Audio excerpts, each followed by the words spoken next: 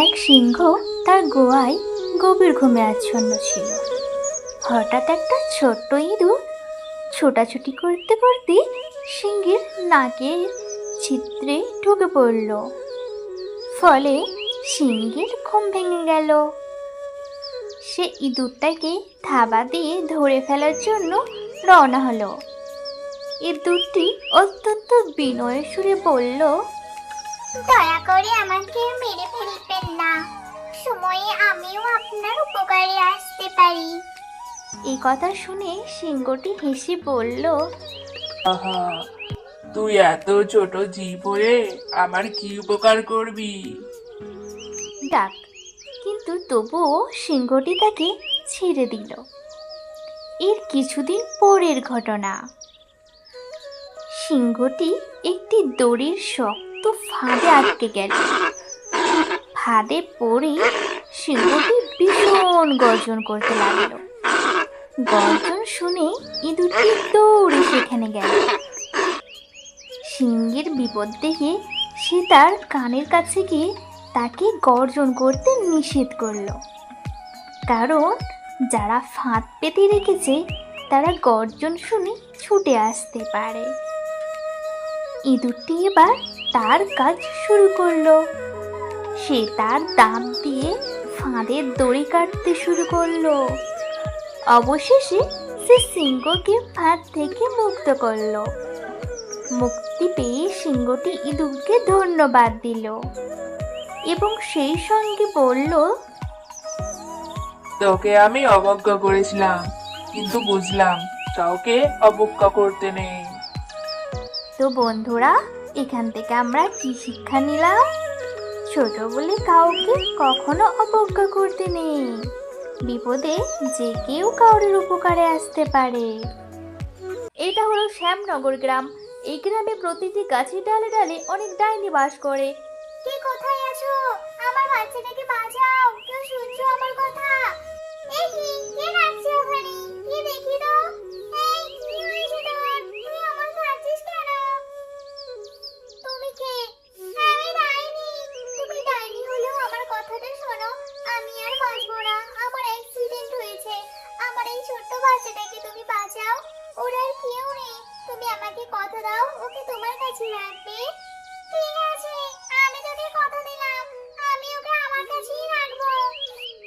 এখন কি করি এই মানুষের বাচ্চা নিয়ে? কোথায় যাব আমি?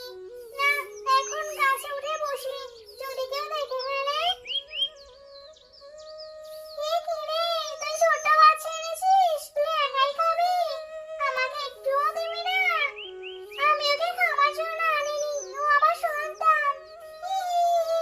কি বলিস না তুই? মানুষের বাচ্চা তো সন্তান? এতে হাসার কি হলো? না রে, তোর কথা শুনে আসলাম। তোরা এখন যা এখান থেকে। ও কাঁদছে, দেখতে পাচ্ছিস না? ঠিক আছে, এখন যাচ্ছি, পরে কিন্তু আবার আসবো খেতে। বাচ্চাটা তো অনেক কাঁদছে, ওর বোধহয় খিদে লেগেছে। ওই যে, ওই বুড়ির মাথার ঘরে গরু আছে, ওখানে দুধ খাইয়ে আসি। একি, এখনই তো অনেকটা দুধ ছিল, এত কম দুধ কি করে হলো? কেউ কি এসে খেয়ে গেল নাকি আমার দুধটা? এভাবে কটা দিন ডাইনি বাচ্চাটাকে নিয়ে এদিক ওদিক ঘুরতে থাকে। এভাবে আমি কতদিন ঘুরবো? কিন্তু ওই ডাইনিগুলো একটু সুযোগ পেলেই তো আমার বাচ্চাটাকে খেয়ে নেবে। এরপর ডাইনি ওই বুড়িমার কাছে যায়। এই বুড়ি, তুই আমার একটা কাজ করে দিবি? কে তুমি? আমি ডাইনি। ও মা, ডাইনি, আমাকে মেরো না। তুই যদি আমার কথা না শুনিস তাহলে আমি তোকে মেরে ফেলবো। শোন, আমার এই বাচ্চাটাকে তোর কাছে রেখে দে। ওর দেখাশোনা করবি। ওর মা মারা গেছে, আর ও এখন আমার সন্তান। তুই ওকে খুব ভালো করে খেয়াল রাখবি। আমি প্রতিদিন এসে ওকে দেখে যাব। ঠিক আছে ডাইনি, আমি এই বাচ্চাটাকে দেখে রাখবো। এরপর ডাইনি চলে যায়। বুড়িমা বাচ্চাটাকে বড় করতে থাকে আর প্রতিদিন ডাইনি বাচ্চাটাকে একবার করে দেখতে আসে। এই ঘটনার একটা ডাইনি দেখে ফেলে। এই ব্যাপার, ওই বাচ্চা এখন এই ঘরে আছে? এরপর আর একটা ডাইনি বাচ্চাটাকে নিতে আসে। এই বুড়ি, বাচ্চাটাকে আমাকে দিয়ে দে, না হলে তোকে মেরে ফেলবো। না, আমি দেব না বাচ্চা। তখন ডাইনিটা বাচ্চাটাকে কেড়ে নিতে চায়, তখনই ওই ডাইনিটা চলে আসে। তারা দুজনে মারপিট লেগে যায়। খারাপ ডাইনিটা ওখানেই মারা যায়। তোর আর ভয় নেই, তুই এখন এই বাচ্চাকে নিশ্চিন্তে বড় কর। দেখতে দেখতে 2 বছর কেটে গেল। ঠাকুমা, আমার মা কখন আসবে? এই তো দিদি ভাই এখনই আসবে। মা, তুমি এসেছো? তুমি সারাদিন কোথায় থাকো? আমি তোমাকে দেখতেই পাই না। আমি অনেক দূরে একটা কাজে যাই। ঠিক আছে মা, আজ তুমি সারাদিন আমার সাথে থাকবে। ঠিক আছে ছোটকি, আমি সারাদিন আজ তোর সাথে থাকবো। এক মহিলা তার বাড়ি থেকে বেরিয়ে দেখলো উঠানের সামনে 3 জন বৃদ্ধ ব্যক্তি বসে আছে। তিনি তাদের কাউকেই চিনতে পারলেন না, তাই বললেন, আমি আপনাদের কাউকেই চিনতে পারলাম না, কিন্তু আপনারা হয়তো খুবই ক্ষুধার্ত।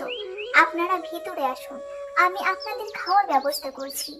তারা জিজ্ঞেস করলেন, বাড়ির কর্তা কি আছেন বাড়িতে? মহিলা বললেন, তিনি বাইরে গেছেন। তাহলে আমরা আসতে পারবো না। সন্ধ্যায় যখন বাড়ির কর্তা ফিরে সব শুনলেন, তখন তিনি বললেন, যাও, তাদের বলো যে আমি ফিরেছি এবং তাদের ঘরে আসার জন্য অভ্যর্থনা জানাচ্ছি। মহিলা বাইরে গেলেন এবং তাদের ভিতরে আসতে বললেন, কিন্তু তারা বলল, আমরা এইভাবে যেতে পারি না। মহিলা জিজ্ঞেস করলেন, কিন্তু কেন, আবার কি সমস্যা? বৃদ্ধ লোকদের মধ্যে একজন বললেন, আমাদের মধ্যে একজনের নাম সম্পদ, আর একজনের দিকে নির্দেশ করে বললেন তার নাম সাফল্য এবং আমি ভালোবাসা। এখন আপনি ভেতরে কি সিদ্ধান্ত নিন, আমাদের কাকে আপনি ভেতরে ঢুকতে দিবেন। মহিলা যখন ভিতরে গিয়ে সব কথা তার স্বামীকে বললেন, তখন তার স্বামী অত্যন্ত খুশি হয়ে গেলেন এবং বললেন, অসাধারণ, চলো আমরা সম্পদকে ডাকি, তাহলে আমরা অনেক ধনী হয়ে যাব। তার স্ত্রী এতে সম্মতি দিলেন না। না, আমার মনে হয় আমাদের সাফল্যকে ডাকা উচিত। তাদের মেয়ে ঘরের অন্য প্রান্তে বসে সব শুনছিল। সে বলে উঠল, তোমাদের কি মনে হয় না আমাদের ভালোবাসাকেই ডাকা উচিত?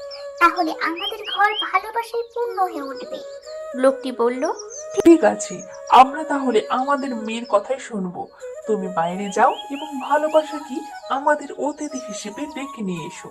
মহিলাটি বাইরে গেলেন এবং বললেন, আপনাদের মধ্যে ভালোবাসা কার নাম? অনুগ্রহ করে তুমি ভিতরে আসুন, আপনি আমাদের অতিথি। ভালোবাসা নামে বৃদ্ধ উঠে দাঁড়ালেন এবং বাড়ির দিকে হাঁটতে শুরু করলেন। বাকি 2 জনও উঠে দাঁড়ালেন এবং তাকে অনুসরণ করতে লাগলেন। মহিলাটি এতে ভীষণ অবাক হয়ে গেলেন এবং বললেন, আমি তো শুধু ভালোবাসা নামে বৃদ্ধকে ভিতরে আসার আমন্ত্রণ জানিয়েছি, আপনারা কেন তার সাথে আসছেন? বৃদ্ধ লোকেরা বলল, আপনি যদি সম্পদ আর সাফল্যকে আমন্ত্রণ করতেন, তবে আমাদের বাকি 2 জন বাইরেই থাকতাম। কিন্তু আপনি যেহেতু ভালোবাসাকে আমন্ত্রণ জানিয়েছেন, সে যেখানেই যাই আমরা 2 জনই সেখানেই যাই।